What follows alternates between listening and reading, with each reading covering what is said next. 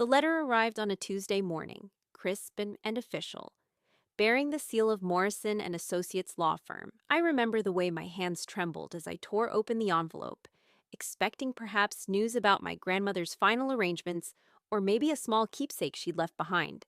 What I found instead would shatter my world and reshape my understanding of family forever. We regret to inform you that the estate of Eleanor Margaret Chen has been settled according to her final will and testament, dated March 15th of this year. My eyes scanned the formal language, searching for my name, for some mention of the promises my grandmother had whispered to me during those long nights I'd spent by her bedside. Nothing. The entire inheritance, her house, her savings, her precious antique collection, had been left to my parents, David and Linda Chen. I read the letter 3 times before the reality sank in. Grandmother Eleanor had promised me her house. She'd held my hand with her papery fingers and said, "This will all be yours one day, Sarah. You're the one who truly understands what family means." She'd spoken of how I was the only grandchild who visited regularly, who brought her groceries when her arthritis flared up, who sat through countless stories about her youth in Taiwan and her struggles as a young immigrant mother. My parents had visited exactly twice during her final year, once for Christmas dinner that lasted exactly 2 hours, and once when she was hospitalized. But somehow they'd convinced her to change her will. The phone rang as I sat stunned at my kitchen table. My mother's voice was sickeningly sweet. "Sarah, darling, I know you must have gotten the letter from the lawyers. We wanted to explain." "Explain what, Mom?" My voice came out steadier than I felt. "Well, you know how confused Grandma Eleanor got toward the end. All that medication, the stress. She wasn't thinking clearly when she made those promises to you. Daddy and I were her children. It's only natural that—" "Natural?" I interrupted. "She was perfectly lucid when she told me about her plans. She wanted me to have the house because I was the one who cared for her." My father's voice joined the conversation. They'd put me on speaker. "Sarah, don't be dramatic. You're young. You have your whole career ahead of you. Your mother and I were nearing retirement. We need this security. Besides, blood is thicker than water. We're her actual children." The casual dismissal in his tone made my chest tight. "I am her blood too, Dad." "I'm your daughter, remember? Or does that only count when it's convenient?" A long silence stretched between us before my mother spoke again, her voice losing its false warmth. "We've already made our decision. The will is legal, and that's final. Maybe this will teach you not to count your chickens before they hatch." The line went dead. I spent the next 3 days in a haze, calling in sick to my job at the marketing firm where I'd been working my way up for 5 years. I couldn't bring myself to drive past Grandmother Eleanor's house, now my parents' house. The betrayal cut deeper than I'd expected. It wasn't just about the money or the property, though losing the security of that inheritance stung. It was about being erased, about having my love and dedication dismissed as worthless compared to biological proximity and manipulation. When I finally returned to work, my colleagues noticed the change in me. Jennifer from accounting cornered me by the coffee machine. "Sarah, you look terrible. What happened?" I found myself telling her everything. About my grandmother's promise, about the changed will, about my parents' cold dismissal of my years of care and devotion. Jennifer listened with growing anger. "That's horrible," she said. "Have you thought about contesting the will?" I had, but the lawyer I'd consulted had been brutally honest. Without proof of coercion or mental incapacity, and given that your grandmother was under medical care that documented her lucidity, it would be nearly impossible to prove undue influence.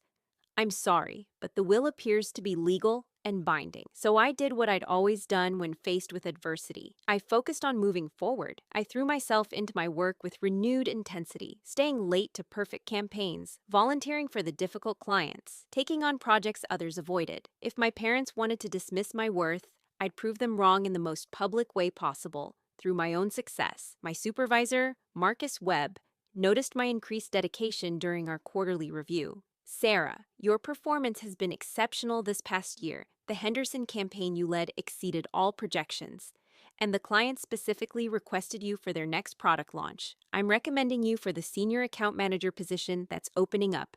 The promotion came with a substantial raise and my own office. More importantly, it came with something I'd been craving: respect. My colleagues began coming to me for advice. Clients requested me by name, and industry publications started mentioning my campaigns in their case studies. Meanwhile, my parents had moved into grandmother Eleanor's house and were living comfortably on her saving. They'd sent me a single text message after the estate was settled. Hope you understand this was for the best. Maybe we can have dinner sometime soon. I never responded. Months passed. My career flourished while I maintained a careful distance from my family. I attended a few obligatory gatherings, a cousin's wedding, an uncle's birthday, where my parents acted as if nothing had happened. They'd smile and ask about my job, then quickly change the subject when I showed any sign of success. It was as if they wanted me to remain frozen in time as the disappointed daughter who'd learned her place. It was at my cousin Michael's graduation party that I first heard about my half-sister, Rebecca. "Oh, you haven't met Rebecca yet?" my Aunt Susan asked, looking surprised. "David's daughter from his first marriage? She's been staying with your parents for a few months now. Such a sweet girl, though she's been having a hard time finding work." The information hit me like a physical blow.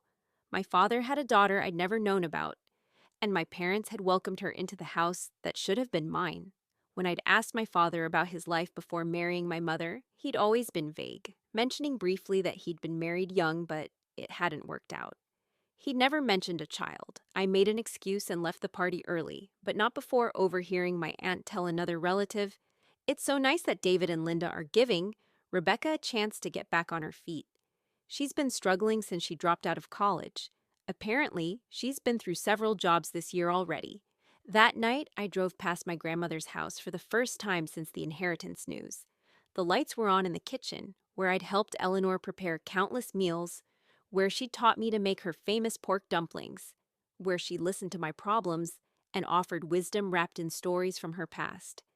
I could see figures moving inside, my parents and this mysterious half-sister enjoying the home that had been stolen from me.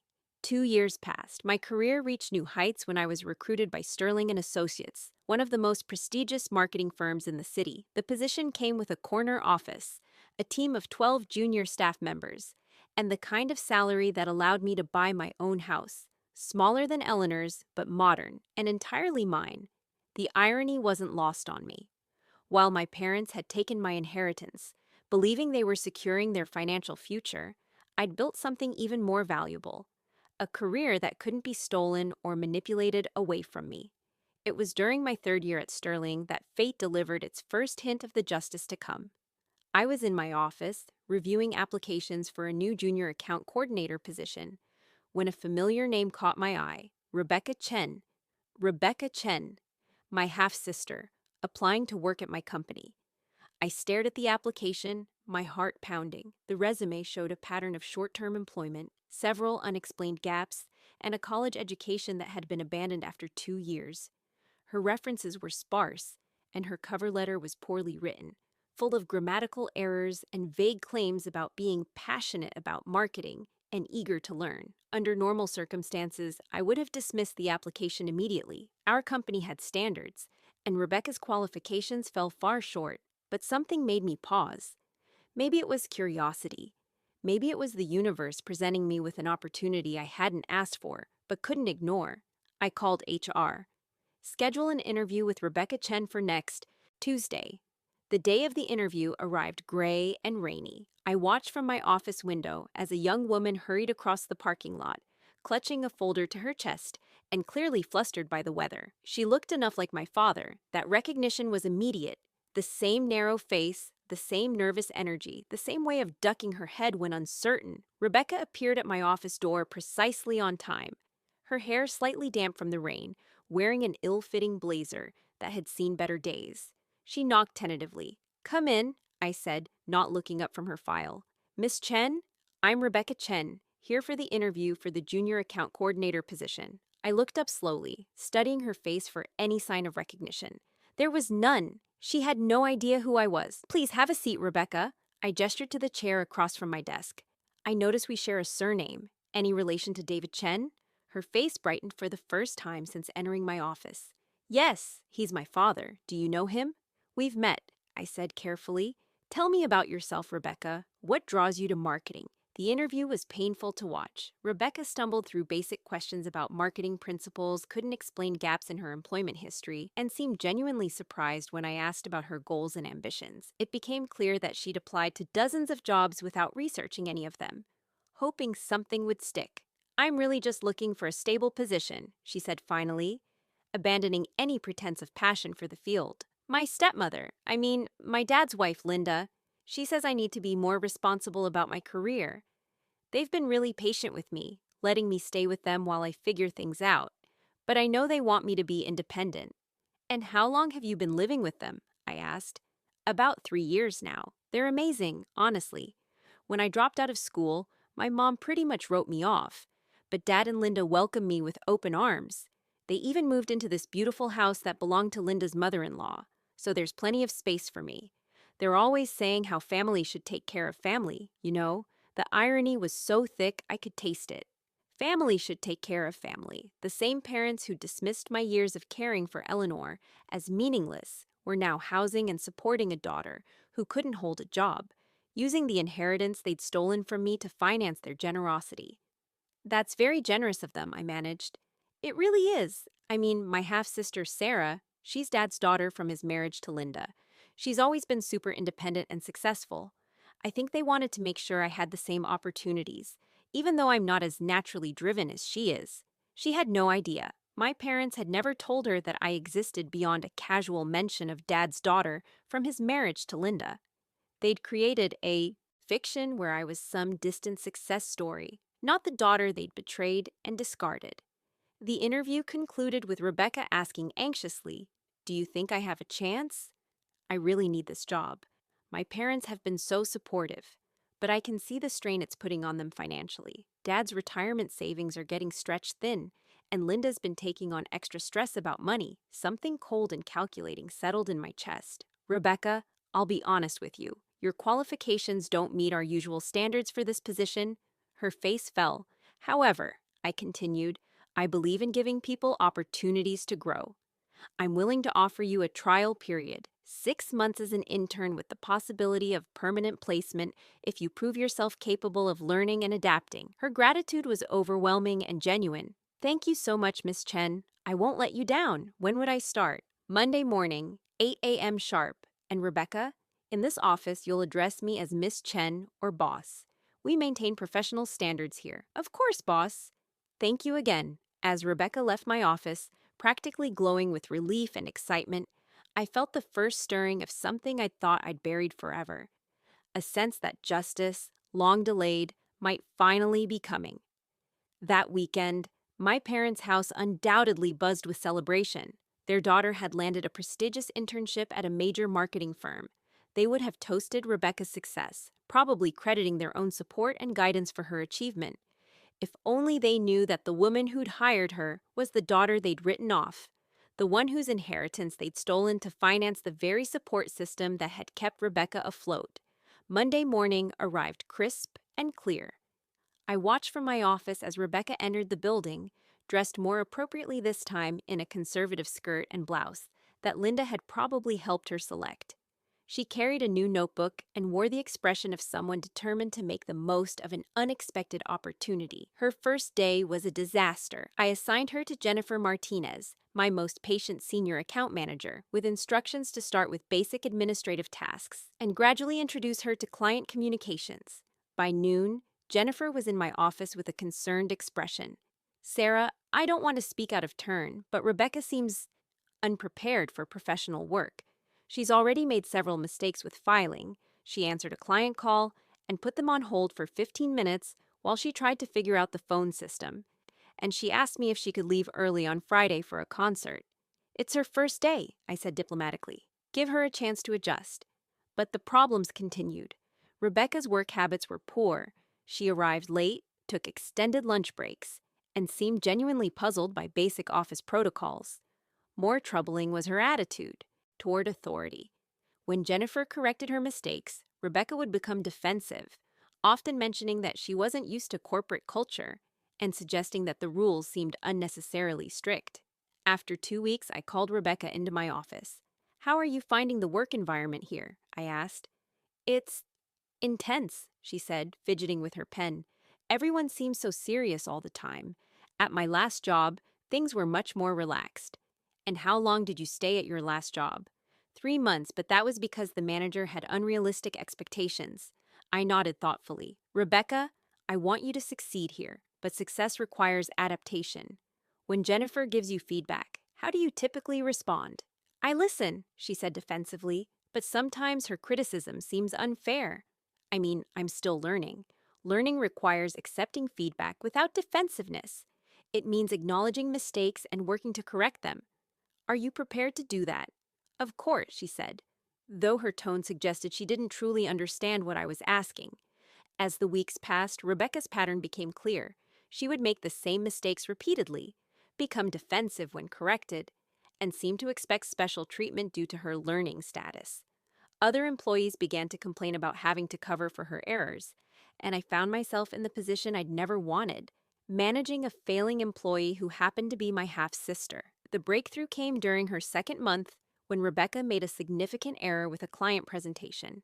She'd confused two different campaigns, sending the wrong materials to a major client just hours before a crucial meeting. Jennifer had to spend her entire weekend recreating the presentation, nearly losing the account in the process.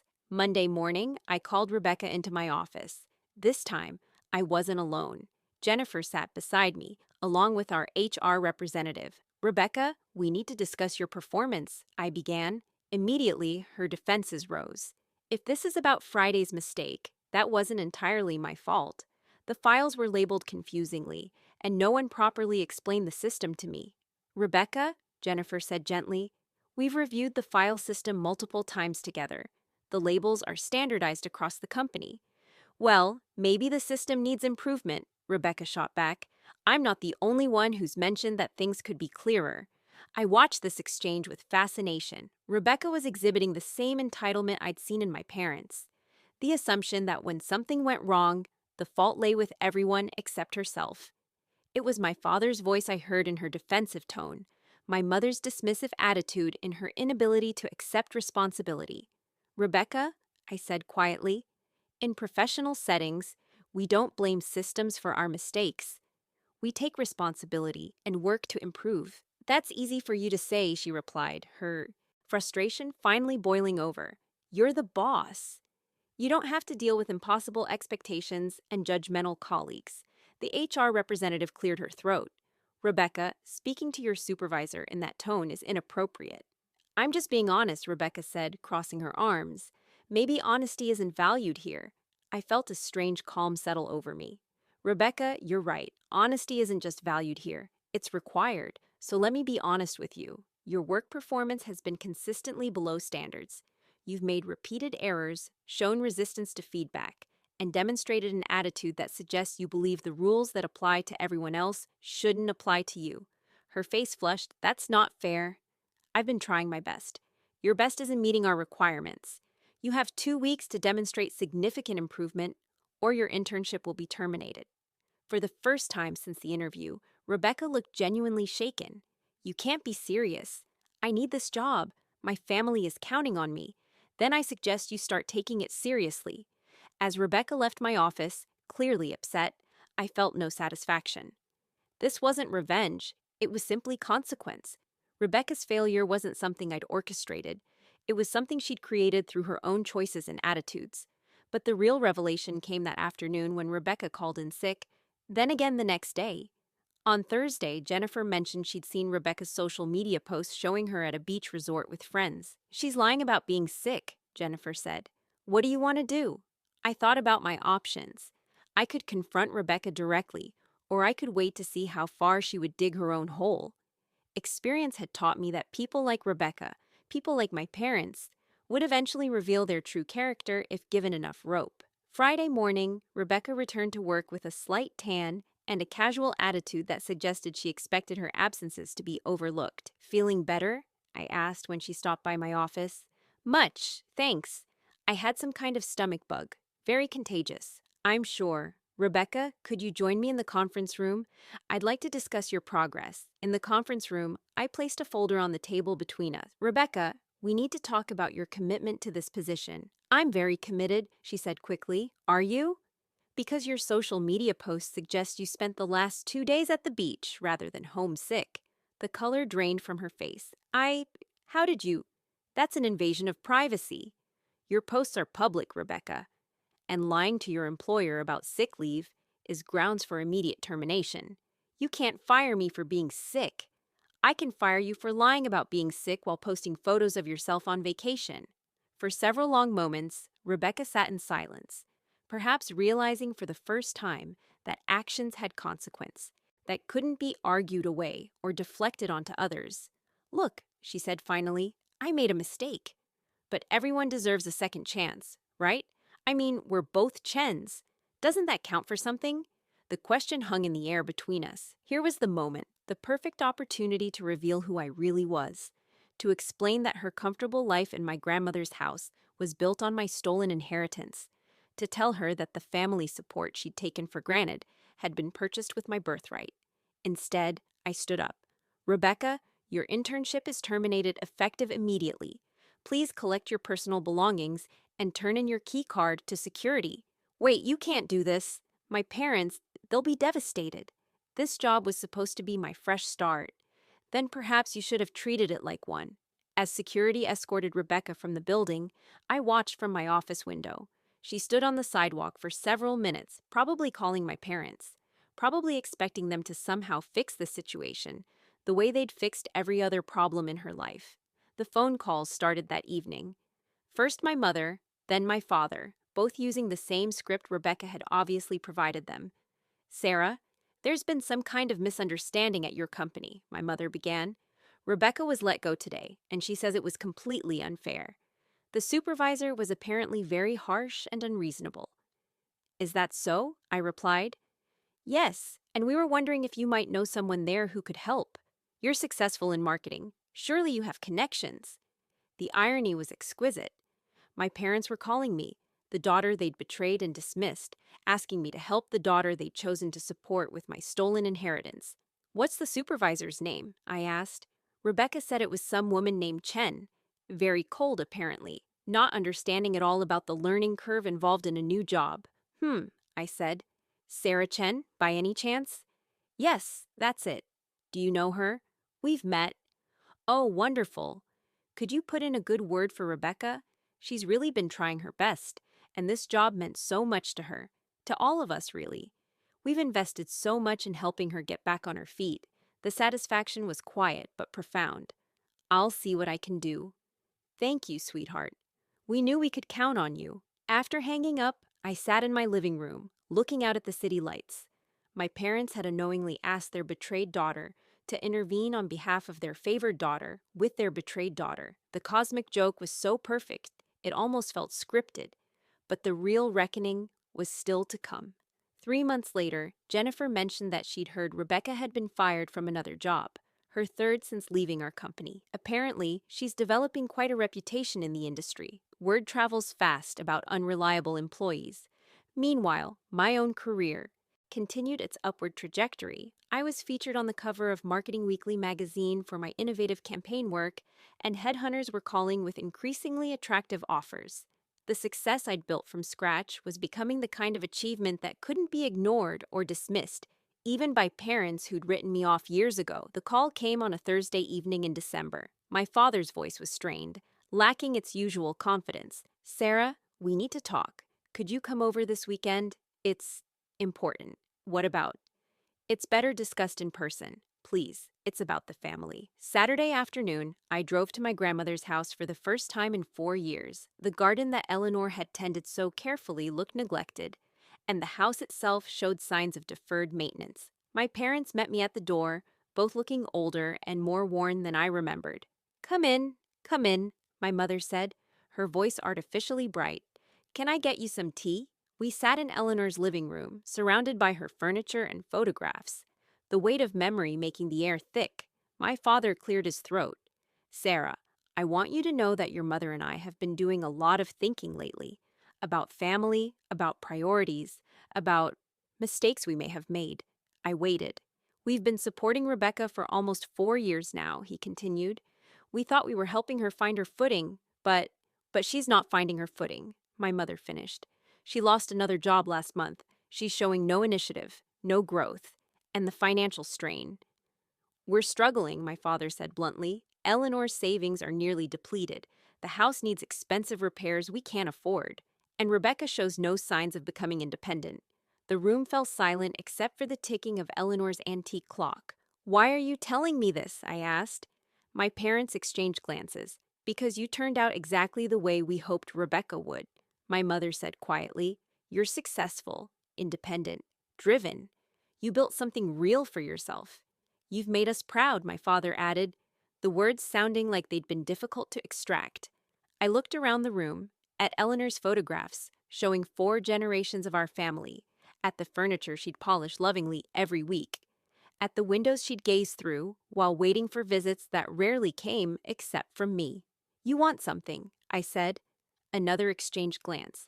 We were wondering, my father said carefully, if you might consider, that is, if you'd be willing to help with the financial situation. Help how? Alone, my mother said quickly, just until we get back on our feet. You're doing so well, and we're family. Family, I repeated. Yes, my father said, seeming to take this as encouragement. Family helps family. That's what Eleanor always said. I stood up, walking to the mantelpiece where Eleanor's photos were displayed. There I was at age 12, helping her plant tomatoes. Age 16, graduating high school while she beamed beside me. Age 24, the last photo taken before she got sick, both of us laughing at some long-forgotten joke. Family helps family, I said slowly. Is that what you told yourselves when you convinced Eleanor to change her will? The silence behind me was deafening. Is that what you told yourselves when you dismissed the daughter who spent 5 years caring for her grandmother as undeserving of inheritance? I turned to face them. Both looked stricken. Sarah, my mother began, you never meant for me to succeed without you, I interrupted. You never meant for your chosen daughter to fail so spectacularly. You never meant to need help from the child you wrote off. My father's face had gone pale. How did I know about Rebecca working for me? About her pattern of failures? About her lies and entitlement and complete inability to take responsibility for her own life? The truth dawned on my mother's face first. You're the supervisor who fired her. I'm the boss who gave her more chances than she deserved and more patience than she'd earned. I'm the Sarah Chen who tried to help her succeed despite her connection to people who'd betrayed me. You knew who she was? My father asked.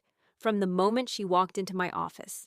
She told me all about her wonderful stepmother Linda and her generous father David, about how they'd welcomed her into the beautiful house they'd inherited from Linda's mother-in-law, about how family should take care of family.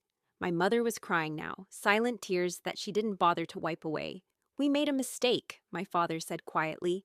You made a choice, I corrected. You chose to manipulate a dying woman into changing her will. You chose to dismiss your daughter's years of love and care as worthless compared to your legal claim. You chose to support a child who showed no gratitude or growth while alienating the child who'd proven her worth through actions. What do you want from us? My mother whispered. Nothing, I said, and meant it. I want absolutely nothing from you. Sarah, please, my father said. We're your parents. You're the people who raised me, I replied. But parents protect their children. Parents support their children's success. Parents don't steal their children's inheritance to fund their mistakes. I picked up my purse and headed toward the door. Where does this leave us? My mother asked. I paused at the threshold, looking back at Eleanor's living room one last time. It leaves you with the consequences of your choices, just like everyone else. As I drove away from my grandmother's house, I felt something I hadn't experienced in 5 years. Peace. Not satisfaction, not revenge, not vindication, just peace. The weight I'd been carrying, the hurt and betrayal and anger, seemed to lift from my shoulders. My parents had called me, seeking help from the daughter they'd dismissed, forced to watch their favored child fail at every opportunity they'd purchased with my stolen inheritance. They were learning what Eleanor had always known, that success couldn't be bought or inherited or manipulated into existence. It had to be earned through dedication, perseverance, and the kind of character that didn't crumble when faced with consequence. 6 months later, I heard through family gossip that my parents had sold Eleanor's house and moved into a small apartment. Rebecca had moved back in with her biological mother, still unemployed, and still blaming everyone else for her problems. My parents' retirement dreams had been consumed by their attempt to fix someone who didn't want to be fixed. Meanwhile, I'd been promoted again, this time to regional director with a team of 40 employees. The irony wasn't lost on me that I now held more authority and commanded more respect than my parents had ever imagined possible for the daughter they deemed unworthy of inheritance. The final twist came a year later when I received a wedding invitation from my cousin Michael. At the reception, my Aunt Susan approached me with obvious discomfort.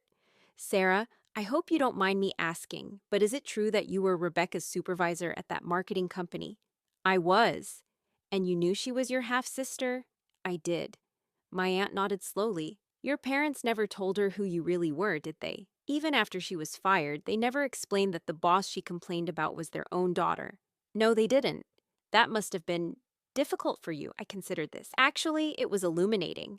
It showed me exactly who they are and who I am. Sometimes the universe provides perfect clarity." As the reception continued around us, I watched my parents at a corner table, looking older and smaller than I remembered.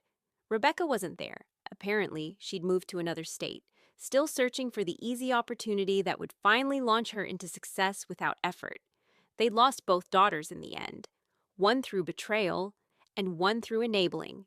The inheritance they'd fought so hard to secure had purchased them nothing but the knowledge that they'd chosen poorly and lost greatly. I raised my glass in a silent toast to Eleanor, wherever she was, confident that she would have appreciated the lesson her house had ultimately taught: that you reap what you sow, that character matters more than blood, and that sometimes the universe has its own sense of justice that works better than any revenge you could plan. The truth had exposed the wrongdoers. Their choices had led to their downfall, and I had found something more valuable than any inheritance: the knowledge that I had built my success on a foundation they could never steal or manipulate away. Karma, I realized, wasn't about punishment. It was about truth, and truth eventually always finds its way to light.